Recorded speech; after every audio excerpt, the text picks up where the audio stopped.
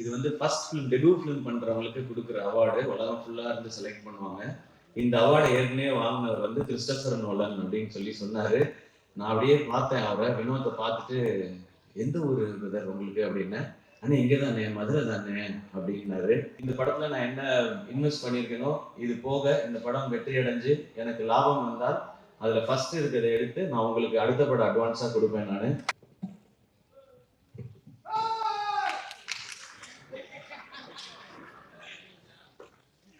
நான் வர சொல்லி இது கேஸ் ஏன் மேல ஆயிடும் அப்புறமா.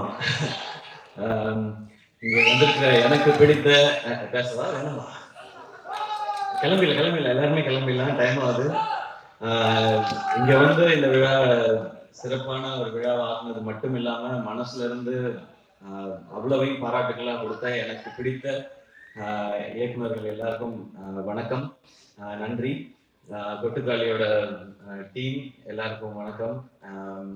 இங்க வந்திருக்கிற பத்திரிகையாளர்கள், தொலை நண்பர்கள், போட்டோகிராஃபர்ஸ், கேமராமேன் எல்லாருக்கும் நன்றி, வணக்கம்.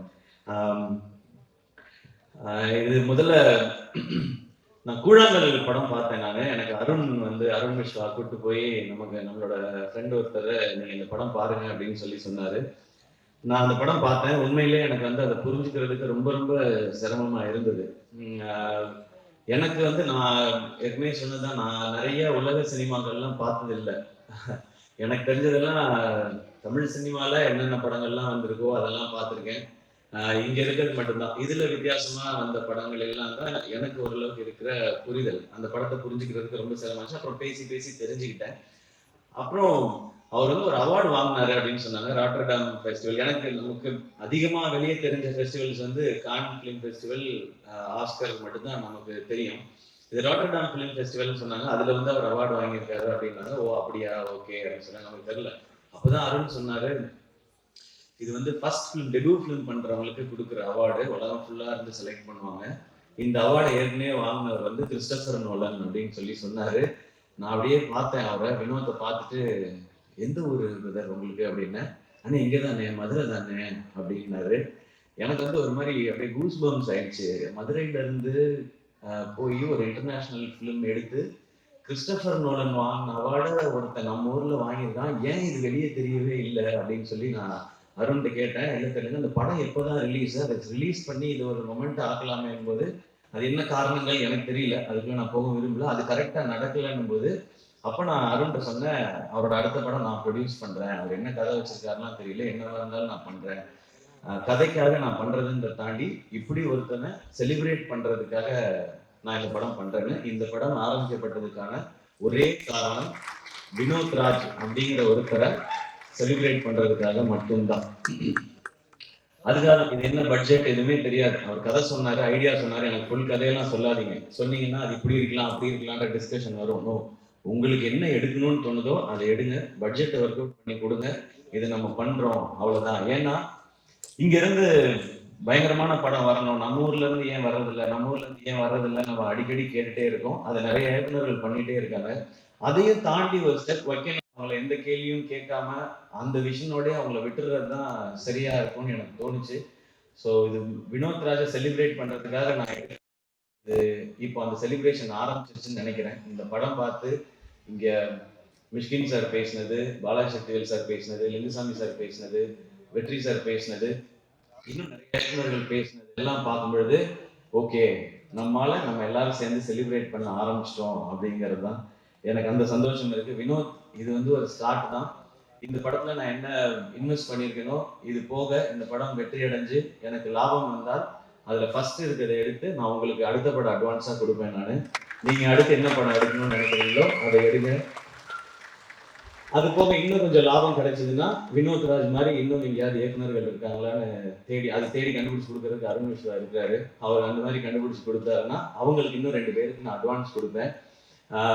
ஏன்னா சம்பாதிக்கணும் அப்படின்ற மாதிரி படம் எடுக்கணும். முக்கியம், சினிமாவில் முக்கியமானது வந்து ஒரு பணம் போட்டால் அதுலேருந்து நம்ம சம்பாதிக்கணும். பட் நான் சம்பாதிக்கிறதுக்கு நீங்கள் வந்து எனக்கு நடிகன்ற அங்கீகாரம் கொடுத்து என்னை அதுலேயுமே ஸ்டார் ஆக்கி என் படத்துடைய வியாபாரத்தையும் நீங்கள் பெருசாக்கி வச்சுருக்கீங்க. நான் போய் சின்சியராக வேலை பார்த்தா நிச்சயமாக காசு வரும். அப்போ அதுல இருந்து சினிமாக்கும் பயன்படுற மாதிரி ஏதாவது ஒன்று செய்யணும் அப்படிங்கிறதான். அன்னைக்கு புஷ்கர் காயத்ரி அவங்க படம் பார்த்துட்டு என்கிட்ட வந்து கை கொடுத்துட்டு ஒன்னே ஒன்று தான் சொன்னாங்க, this is your service to சினிமான்னு சொன்னாங்க. அப்படி இந்த படம் நடந்துச்சுன்னா இந்த நமக்கு இந்த வாழ்க்கையை கொடுத்த இந்த சினிமாவுக்கு என்னால் முடிஞ்ச ஒரு சின்ன ரிட்டர்னாக நான் இதை பார்க்குறேன். தேங்க்யூ. இந்த மாதிரி படங்கள் எடுக்கிறதுக்கான தைரியத்தை கொடுத்தது மக்கள் நீங்கள் எல்லாரும் தான். நீங்கள் என்ன நடிகன் ஆக்குனது, அதன் மூலமாக எனக்கு கிடைக்கிறது மூலமாக வச்சு நான் இதை பண்ணுறேன். நான் சினிமாவுக்கு வந்தது வந்து நிறைய கமர்ஷியல் சினிமாஸ் பார்த்து, நான் நடிக்கிற படங்கள் எப்பவுமே அப்படிதான் இருக்கும், அது வசூல் இருக்கணும்னு நினைப்பேன். ஏன்னா இப்போ வந்து என்னுடைய படங்கள்ல வந்து இன்வெஸ்ட்மெண்ட் பெருசாயிடுச்சு. அப்போ அதை ரிட்டர்ன் ப்ரொடியூசர் எடுக்கணும், வெகுஜன மக்கள் போய் சேரணும், எல்லாருக்கும் பிடிக்கணுன்றது தான் என்னுடைய. நான் நடிக்கிற படங்கள் அது கமர்ஷியலா சக்சஸ் ஆகும்போது நான் மனசுக்குள்ள நினைச்சுக்கிறது, இதுக்கு முன்னாடி நான் பார்த்த ஹீரோஸ், நான் எனக்கு பிடிச்ச ஹீரோஸ், அவங்களுடைய படங்கள் அதெல்லாம் பார்த்து நம்ம நடிக்க வந்தோம், அவங்களுக்கான ட்ரிபியூட். ஆனா இந்த கொட்டுக்காளி வந்து இந்த படம் எடுத்தது இன்னைக்கு இருக்கிறது, நான் முக்கியமா காலேஜ் டைம்ல தான் நான் அதிகமான சினிமா பார்த்தேன். ஸ்கூல் டைம்ல அப்போ வீட்டில் அவ்வளோ பெர்மிஷன் கிடைக்காது, அவங்க கூட்டிகிட்டு போகிற சினிமா மட்டும்தான்.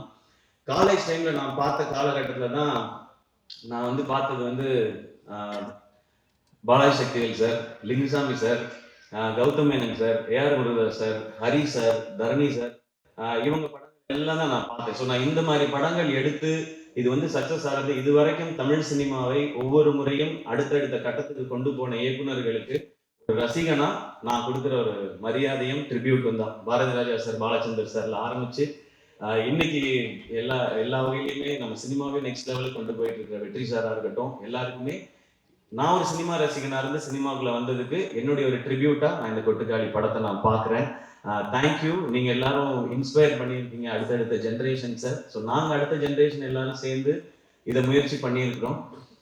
வினோத் எனக்கு ரொம்ப பிடிச்சது வந்து இந்த படத்துல வந்து மியூசிக் டைரக்டர் கிடையாதுன்னு சொன்னாரு. எனக்கு ஒரு செகண்ட் எப்படி அது அப்படின்னு யோசிச்சேன் நான். இல்லை, அவர் என்ன சொன்னார்னா, மியூசிக் எதுவுமே இல்லாம இதுதான் இந்த கதை, இந்த கேரக்டர்ஸ் இதுதான் பயணிக்குதுன்னு எனக்கு சொல்லணும். ஆடியன்ஸ் அவங்களோட டிராவல் பண்ணி அவங்க என்ன உணர்றாங்களோ அதை, கேரக்டர்ஸ் என்ன உணர்றாங்களோ அதை ஆடியன்ஸ் உணரணுன்றதுதான் என்னுடைய முயற்சினை, அதை தான் பண்ண போறேன்னு சொன்னாரு. ஸோ இந்த படம் அப்படிதான் இருக்கும். அந்த ஒரு மைண்ட் செட்டோட மட்டும் வாங்க, இது நிச்சயமா ஒரு புது அனுபவத்தை உங்களுக்கு கொடுக்கும் அப்படின்ற நம்பிக்கை எங்களுக்கு இருக்கு. ஒரு மாசம் ஃபுல்லா ரிஹர்சல் பண்ணாங்க, அதுக்கப்புறம் தான் படம் ஷூட்டிங் பண்ணாங்க. ஸோ எங்க ஷூட்டிங் நடக்குதோ அங்கேயே ரிஹர்சலும் பண்ணி அப்படிதான் ஷூட் பண்ணாங்க. டப்பிங்ல கரெக்ட் பண்றது அப்படின்னு சொல்லி, இங்க விட்டோம்ப்பா டப்பிங்ல பாத்துக்கலாம்ப்பா அப்படின்னு இப்போ நிறைய அப்படிதான் போகுது. பட் அப்படி பண்ண முடியாது இந்த படம். ஸோ ரொம்ப மெட்டிகுலஸா வேலை பார்க்கணும். ஒரு ஷார்ட் ஒன்று இருக்கு படத்தோட ஆரம்பத்துல, அதை எடுத்தது எப்படின்றத நம்ம ஃபர்ஸ்ட் தோணல. அதுக்கப்புறம் நான் கேட்டேன், ஏன்னா ஒரு பெரிய இடத்த கிராஸ் பண்ணி நடந்து போகணும். அப்போ அவங்க சொல்லுவாங்க, ஒரு வீட்டில் யாராவது பாட்டு போட்டு விட்டுருவாங்க, இல்லை யாராவது கதவை திறந்து வந்து வெளியே நின்று பழு விளக்கிட்டு இருப்பாங்க. அவங்க சார் உள்ள போங்க சார், அந்த டைமுக்குள்ள ஷூட் பண்ணணும்னு சொல்லி ஒரு வில்லேஜையே ஒட்டுமொத்தமா கண்ட்ரோல் எடுத்து வினோத் வந்து அந்த மாதிரி ஷூட் பண்ணிருக்காங்க.